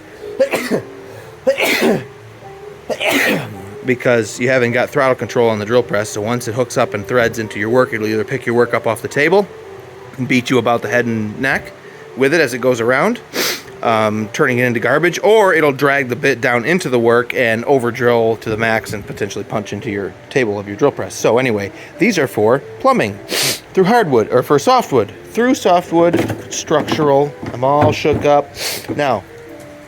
So anyway, I thought this was kind of funny. I ended up finding the nail by wrapping it on my pilot bit, so I'm going to have to disassemble the hole saw to get that out of there. I'll take a picture of that for Instagram. That'll really satisfy.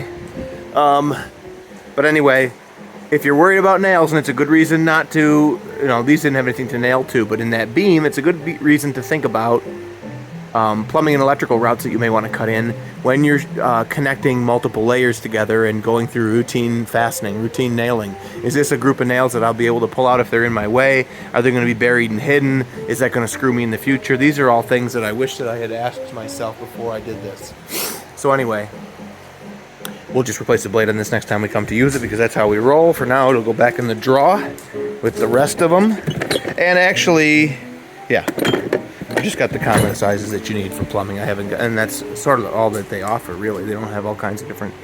So, I'm going to finish up after I clean out the hole saw here. We'll get that route through there. These ought to go real quick with my other. I have another one that size that I'll just go through one layer with. I won't bother with the hole saw because I'm sure there's no nails there.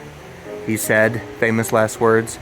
We'll get those in there, and then we'll see if we can get a piece of 2-inch coming from that vent elbow and swinging through the hole. And we ended up finding out that a street 90 regular radius to a street 90 long radius, because I tried a combination of 2 regulars and a combination of 2 longs, and the ability that I could swing this back and forth a bit because the stack is loose in there, to try and put my route on the center line. You saw me with the laser of that leg there. And so I've established that I've got what I'm going to need. I can't hold everything all together yet, but when I get there I can assemble it. So check that out.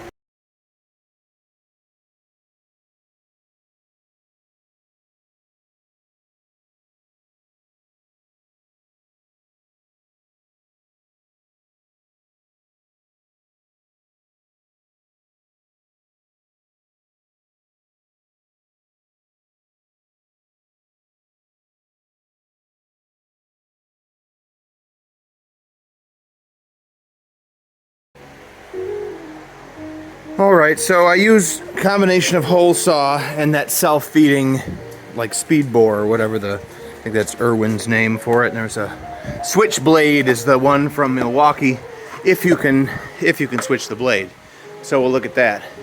Because coming from the other side, the switchblade or the Forstner worked right on out through this full piece. But in the partial piece, it just starts jumping and banging all around, trying to scallop that last little bit of the end on the original joist, right? So then I use the hole saw that size, and it's, you know, held on center because the outside is essentially rubbing on that complete hole, and that holds it on while it continues to cut through the ends of the second one, and thereby we end up with a concentric, you know, piece of a circle cut out of the end of that incomplete piece of lumber, right? So it takes both. I also ran into nails again, and that's the last thing I'll mention, is that these kind of come in standard sizes for routing standard size pipe. And so there's that to begin with, and afterward you notice that this cutting edge is one in the same piece with this whole casting. And so even though you can still switch out the center hole or the center screw with this set screw here that holds this guy, this is not replaceable. And so when he gets chunked up like that, and all you got to do is hit one nail. See, I don't understand why. Probably can't just, as soon as it's carbide, well then it's an insert, because the whole thing wouldn't be carbide. And if it's an insert, then it's the next level up cutter, which is the switchblade, which you can see is a separate piece. And I believe, I guess, I thought it was a set screw that held it in right on through, but I don't see how it works right. And see, it's held on this side. So it must be it must notch into this thing, and then it's whatever, you tighten both of them together with that set screw. Regardless, next level up. Then you've got Irwin. That's Milwaukee Speed Bore and Milwaukee Budget Johnson. This is Irwin. They've got 3 cutters, and it's all part of the same forging or casting as well. So if you hit a nail, you get to fuck it up 3 times instantaneously, and it's still as useless basically as the other one. And regardless of whether or not you can replace the tip, that's really not the part that has any kind of a problem. So be aware of that. You're gonna go through those. So I like the speed bore. I'm gonna start making sure. I got some other Irwins and stuff here. I think Irwin, maybe they have their own choose your own replacement blade adventure.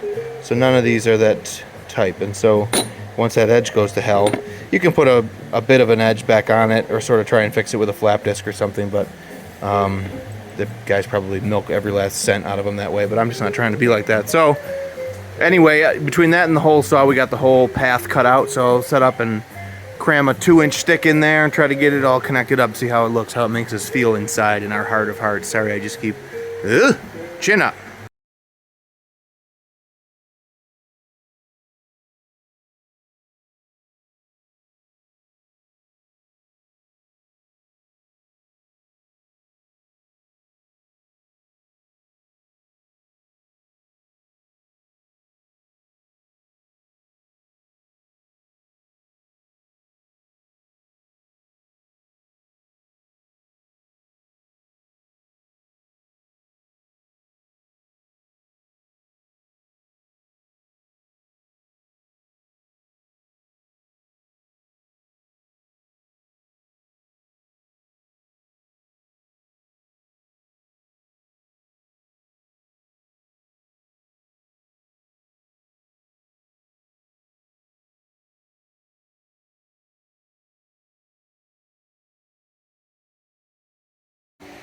Alright, we're at another point where I just need another pair of hands quick. We got the route cut.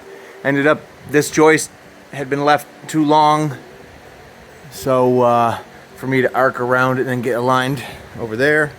All I need is somebody to go up here and tap on the end of that with the dead blow while I yank it to the right and down some by just putting a pinch bar or a crowbar or something up there against the subfloor and hanging my body weight on it a little bit. We've just got to round the corner enough to get through and slide, and by the time we get to the next hole, our end will be free, if you know what I'm talking about. Our end will be, yeah, so if we're at, if 16 inches from here, we've cleared the face of the next joist, which is not even what we need, less than 16 inches, because the next that's the new joist, and this one isn't even that long. So 14 and a half of distance, which is nowhere near that next hole of slide. Then we can clear our end and it'll be clear sailing to get into that elbow and stuff. We'll be able to dry fit this, put this all back together again. Then when I'm sure that can tie in like that, I can take a measurement from the concrete wall to the bottom of the hub of this, and then take out whatever it takes to get from the concrete wall to the bottom of the hub here, and make that length stick. And I know I can get into an elbow up at the top. I don't know if I need a vented, or if I can use a vented elbow or not. If the vent really was supposed to catch the kitchen sink, but I don't think once this is above the plane of the ceiling that I can roll over with even a street. Well, I was thinking street to start with to keep the center line up, the overall height of it low, but it's also 2-inch. So, but if I bush to 1.5 inches and use an 1.5 inch street, that's even a shorter. So if I could turn with an 1.5 inch street into a bushed up hill over here, then I could go right through 2 bays, or I think we said, yeah, because it's actually through 3 joists. Although we'd cheat it over, so we just have to go through 2, blah blah blah. Could I keep it in the ceiling rather than putting it in the wall, which would mean that I could build it. I just like to see stuff that's on the first floor plumbed in the ceiling, that rather than coming into the wall downstairs to keep going down. I mean, it's just a little pet peeve. The stuff in the wall down here is on this floor. So in the end, you're gonna want a lot of insulation. This is the outside wall, although it's not against the huge amount of delta T from the wind and everything, because it's a garage, and the garage should theoretically have a bubble of, we can insulate it and it, yada yada. So in the future, but we don't necessarily want to push water and drainage further towards the outside of the house either. So there's that. Anyway, that'll allow me, once I work through those problems that I'm facing, allow me to finish up basically all the rough plumbing, leaving only what needs to be in the wall framing down here, and glue it and get an inspection, and we'll get our sump. You can see that crock, they need 24-inch deep in this town, and the crock sold as a sump was 22 inches deep. So I got the crock sold as, this is just a lid, it's the same for both. I got the crock sold for sewage, which is some kind of a pump up toilet or something. I don't know why they call it for sewage. Anyway, we'll put another hole in it over here. It's that glass fiber reinforced resin, or plastic. That might be a thermoplastic. Anyway, it's really nice and heavy duty, and there's nut certs right into it, cast into it. And so it'll work if we set our floor correctly. It'll be flush with our concrete, and the flange for the toilet will sit onto the surface of the concrete. And having the sink over this someday, or walking, basically having your toes under the sink and being on top of this, it won't be anything awkward or stumbly. Should be nice and smooth and heavy duty and bolted down really nicely.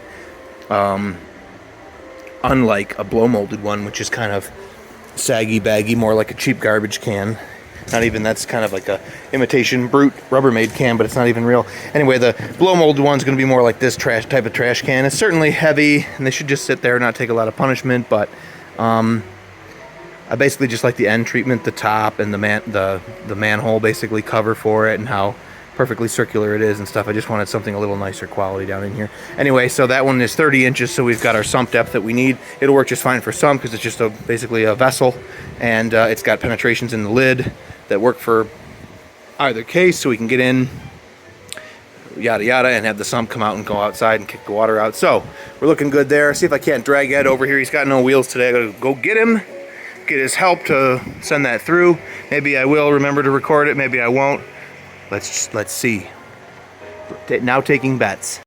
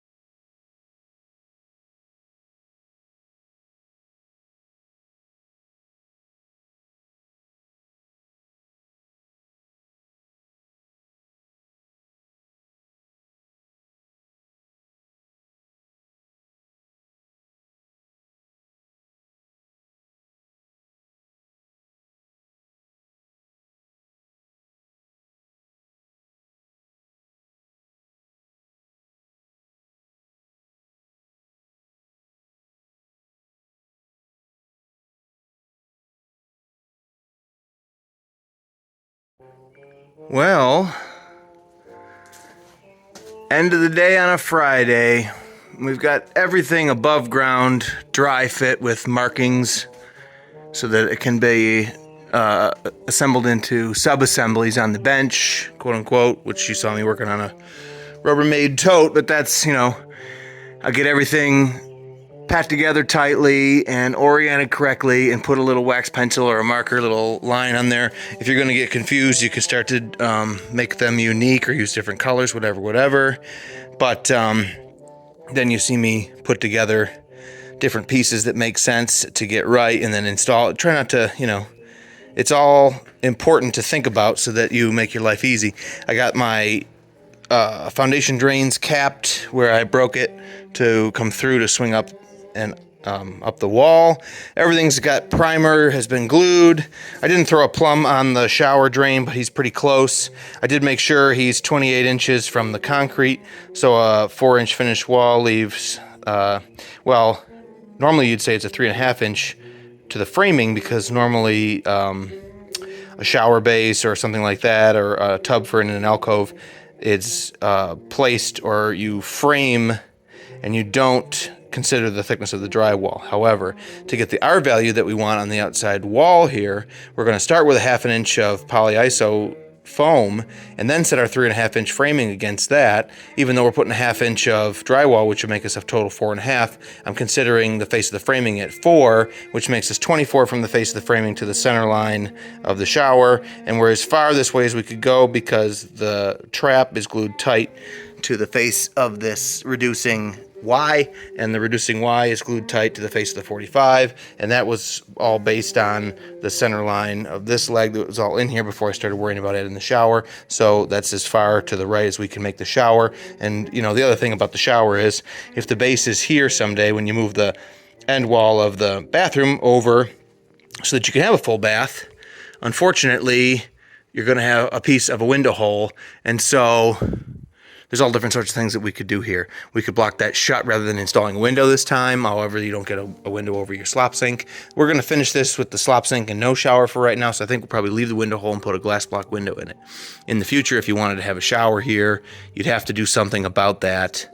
You could do really there isn't a problem with there being a window. It's that it doesn't return before the back wall of the shower. It's that the window is slid out of the room some. So it's a pretty significant thing to move the wall over and finish a full bathroom down here, etc. It'll be either, move the window in the wall thing. It's going to be something that's handier for the next person to do than it would have been to plumb all that up as well. So we're gonna, pick our battles on that. It's too bad that this opening didn't end up more relevant to a full bath, but that was mostly based on Sean's lifting beam, and I'm just doing what I can here with this full bath thing. We're not gonna see that materialize on this project. I've got a hand sink to the left and the slop sink to the right. I got to clean out in case you need to snake from here to there. I got to clean out there.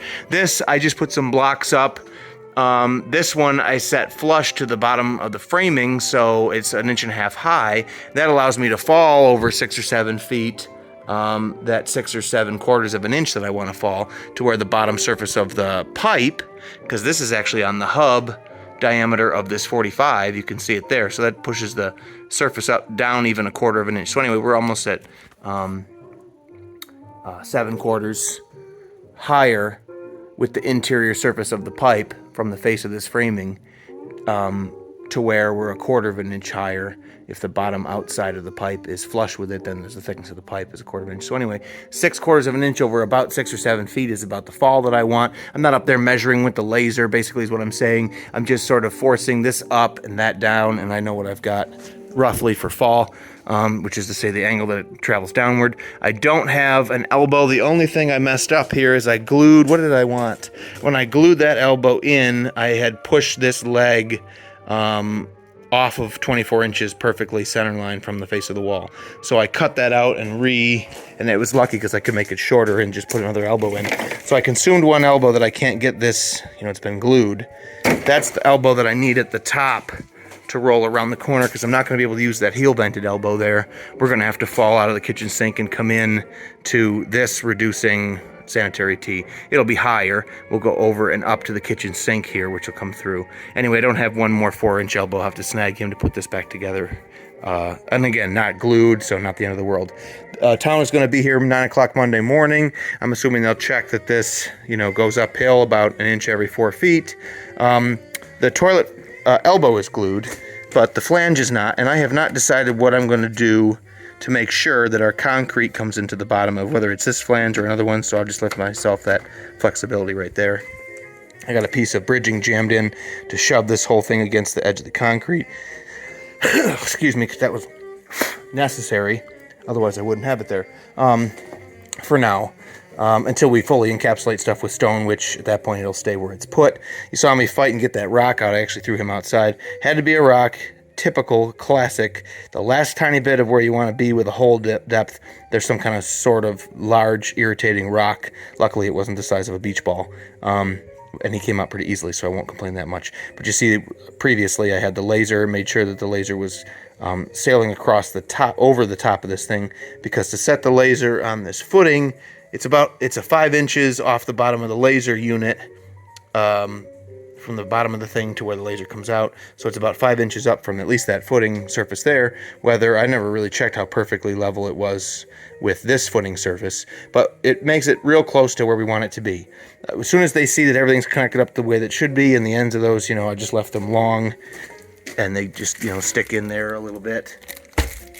Just see that everything, I know what I'm doing here and whatever. When we're packing it up tightly with stone and dirt, I will dial it and make it, we'll decide. We're going to have to decide whether we're adding 1 inch of foam up to flush with the footer, or if we're going to add the foam down on top of the footer, which changes the final elevation of a 4-inch floor, 4-inch thick floor.